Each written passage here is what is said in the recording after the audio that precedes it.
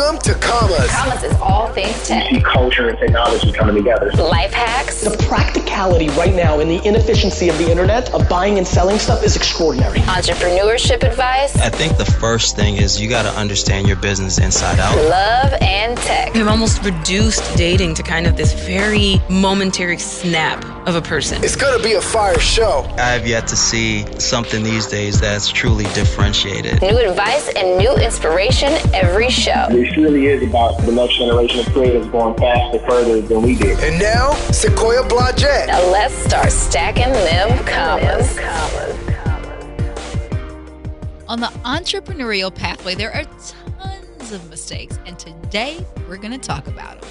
Entrepreneurship advice. Learn from the hottest and most successful investors, founders, and innovators in the game. Determine your greatness. It's time to get your knowledge up. Okay, for sure. All right, guys, so I know a lot of entrepreneurs are out there listening to this, and I want to give you guys some gems. I want to break down the 3 costly mistakes to avoid when you're building your startup. So first things first, building a product or service before talking to the potential customer.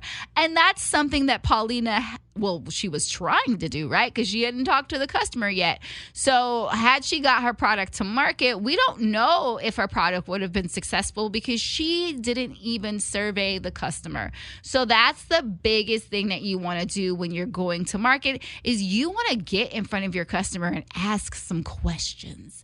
Because the thing is, a lot of people are like, well, what about the, little spinners that like blew up? Did they talk to the customer first? I personally would much rather have a product that goes to market that I know 100% for certain that my customer wants versus creating a spinner and hoping to the high heavens and universe that the customer wants it, right? So I am more interested in knowing that the customer absolutely is excited about my product. I am solving a problem and I am basically giving them a solution to their pain point. So before you start to lock yourself in your room or in your apartment and build this mastermind that you have come up with that you feel like is the best thing since sliced bread, I need you to get out there and talk to your customer first. I beg of you, okay? Most entrepreneurs are creating full-blown products and keeping it hush-hush, and that is just a horrible idea. So next mistake that I'm seeing a lot of is using social media for non-revenue generating activities. And I'm sure you're going, well, Sequoia, what are non-revenue generating activities? Those are activities that do not generate revenue. It's very straightforward, right? So activities like posting every single day, creating quotes and pictures and all that stuff. Now, I will say this, they're good activities for brand recognition, but they don't necessarily equate to generating revenue. So what should you be doing? You want to get your product or service right in front of the customer after you've surveyed the customer and they say that they want it. You want to get it in front of the customer through paid or organic advertising, meaning you literally want to have a conversation with them, go to your IG Live, go to your IG stories, engage. Posting a quote isn't necessarily engaging. Posting a photo, posting a video isn't necessarily engaging. So there are the revenue generating activities and the non-revenue generating activities. Now, I will say that if you're going to use paid advertising, you're going to get in front of your customers so much faster, right? You're going to be able to see if that customer wants that product or service almost immediately and 24 hours at the max, because any algorithm, especially if it's Facebook ads or Instagram ads, is going to serve it right up to your customer very quickly. So when people are panicking and saying, oh my God, remember that thing app that just came out, and people were like, oh my gosh, they're going to have our data. No. What you guys don't realize is Facebook has all of your data already.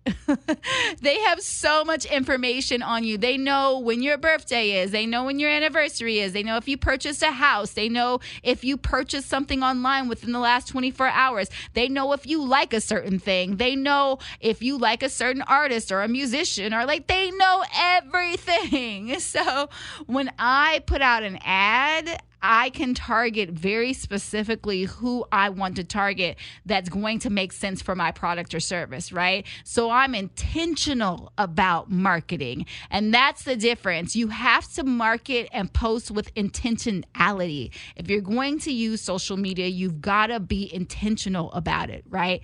And that is the biggest differentiating factor between non-revenue and revenue generating activities. So once I post, then I know that my customer is going to see it, or my potential customer is going to see it, because Facebook's already done the work for me, because they know by the way of the keywords that I've given them, by the way of the location I've given them, by the way of the targeting I've given them. I mean, there are some deep analytics up in there.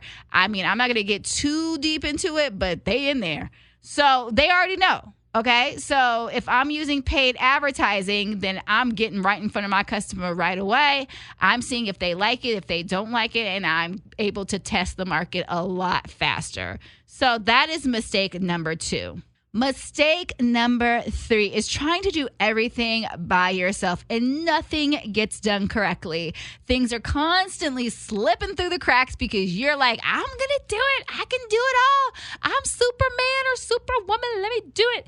And then nothing gets done, right? And so that is another mistake that I see a lot of the times with entrepreneurs is they want to be marketing, they want to be sales, they want to be customer service, they want to be product development, they want to be biz dev, they want to be partnerships. Like, what if a company ran like that? Like, could you imagine calling somebody and then they're like, hey, this is XYZ from customer service. And then they're like, oh, I want to order this. And then they were like, sure, no problem. They process it on one end. And then, you know, you have to go back and you need a refund. And like, oh, we'll refund you. And then they're like, oh, there's something wrong with my product. Like, oh, no problem. I'm engineering. I'll go fix it. Like, that just sounds crazy, right? Like, that's crazy talk. So we want you to be able to navigate the space.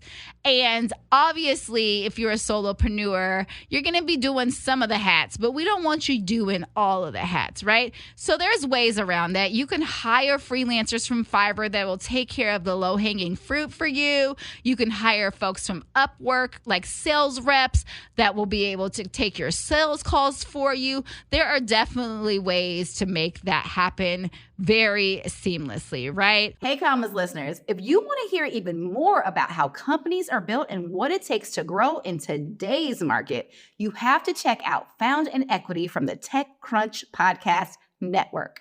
Found takes a peek behind the scenes of building a company with firsthand accounts from founders themselves. Every Tuesday, co-hosts Becca Skudik and Dom Midori Davis chat with a founder about their journey from ideation to launch. Equity keeps you up to date on the world of startups, tech, and venture capital with news rundowns and expert interviews led by co-hosts Alex Wilhelm and Mary Ann Acevedo. Equity drops every Monday, Wednesday, and Friday. So if you're not sure where to jump in, check out episode 739. The venture market is overcorrecting. Tune in at techcrunch.com/podcast or wherever you get your podcasts. Let's jump into an activity really quickly. I want you to take out a sheet of paper. If you're driving, just note this, and you can do it when you get home. If you are doing something else, try to stop if you can, and let's jump into this activity real quick. Now, this activity is so powerful. I do this with every single one of my Commas Club members because it's super imperative that you have a roadmap. We need to know where you're going, right? So this is called the SMART Goals activity. Now, if you've heard of SMART goals, you know that they are specific, measurable, attainable, realistic, and time-bound goals. So there's a very big difference in saying, hey, I want to make $100,000 by the end of the year versus, hey, I'm going to make $100,000 by the end of the year because I'm going to sell product X. I'm going to sell 10 of product X at this price. And I'm going to make sure that there is a realistic goal and I want it by January 1st of 2020, right? It's so much clearer in your mind and it's clearer to the universe because the universe is like, oh, snap. She knows what she wants. Okay, let's get her going. So this is what I want you to do. I want you to set up your SMART goal for January 2020. Where do you want to be in your business? Be extremely specific. I want to be selling. Okay, let's take an example. I have an e-commerce company that sells skin butter. I want to sell at least 100 products by January 2020 at $20 a product, right? And I know that that's attainable because I am going to run ads against that. And I know that I'm going to be able to get in front of my customer. So I know that that's a very attainable goal, which will get me $2,000. I feel very comfortable about that. It feels very realistic. I don't feel like I'm shooting in the dark. And when I say realistic, I mean, be honest with yourself. Like, you know what you're capable of. So if you have never sold one product before in your life, then maybe that's not realistic. But if you've already sold 10 or 20 of these, then you're like, okay, I got this. I know that that's a realistic goal. And time bound, I know that I'm setting this for January 2020. So it's very specific. It's very time bound. And that is the goal. You're going to sell 100 of your product or service at $20 a pop. So that's going to be my goal. Now, I know that it is a certain month. I have a couple of months left. So what am I going to do to get there? I'm going to divide that by we're in August, September, October, November, December. So let's just say August is over because we're basically in the last couple weeks. So September, October, November, December. So I have 4 months. So I divide that number, the 100, by 4. So I know that I'm going to need to sell 25 products a month, right? At $20 a pop. So I'm very clear about that because I know how much time I have left. And then I can say, all right, if I'm going to run ads, then I know very specifically how many ads, once I run them, how much money it's going to take to convert one product, right? So I'm going to start with $5 ads. I'm going to run those $5 ads for a couple of days. And then eventually I will see if my ad is working and I will see how much money it takes to get to one product sold. Now, the thing is with that is you're going to test the market. So it may take you a little bit longer, but once you get that one product, then you're like, all right, I got that one product. So you know what's working. So you get a second product, you get a third product. Same thing with organic marketing. You're going to get yourself on your Instagram Live. You're going to get yourself on your LinkedIn Live, your Facebook Live, wherever you need to go. And you're going to organically market to your customer. And you're going to, if you're doing, let's stick to my body butter. I'm going to rub that thing on my hand so people can see how smooth and how creamy and amazing it is.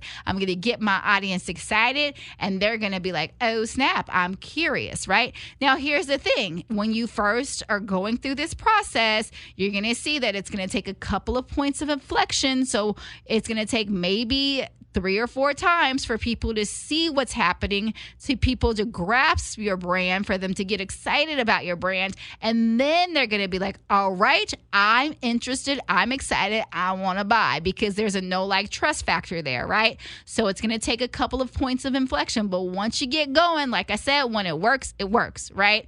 So that's what I need you to do. I need you to set up your SMART goals for your product or service. Right now, do not delay. If you're driving, like I said, as soon as you get a chance, as soon as you stop, you take that pen out, you take that laptop out, and you get yourself going, right? And once you're clear, and that's the thing, I know this from experience. I know it like the back of my hand.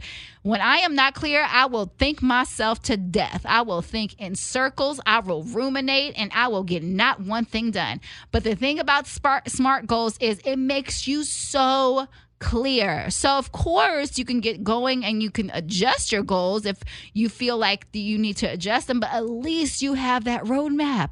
You've got that roadmap. So you can get going because you know where you're going. Imagine getting in your car and heading out to a destination and having no clue what the destination is. That's what you do when you're in business and you just start going without having a goal, without having a roadmap. And that's what these SMART goals are. They're going to get you to that destination. So let's get you to that destination. Get in that car, put in the address in the GPS, and let the GPS guide you. Right? It's the same principle when you're setting up these SMART goals. Let your SMART goals guide you to getting your business off the ground.